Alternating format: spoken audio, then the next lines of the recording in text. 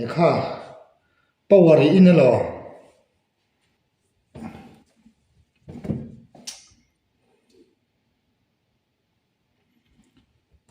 ke ina min murang ani lo me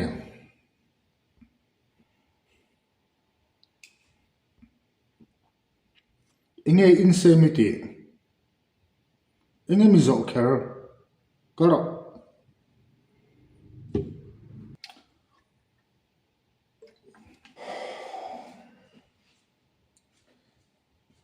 ha tui in le lo tui lo inge insemiti le ipa han nin om ve mo le ka the don chamun le nang karo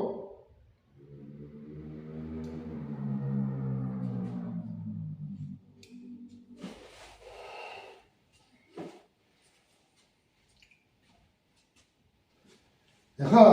helmet ke khum lo ka khum min mu ve lo ni ipa han nin om sa e khum lo ko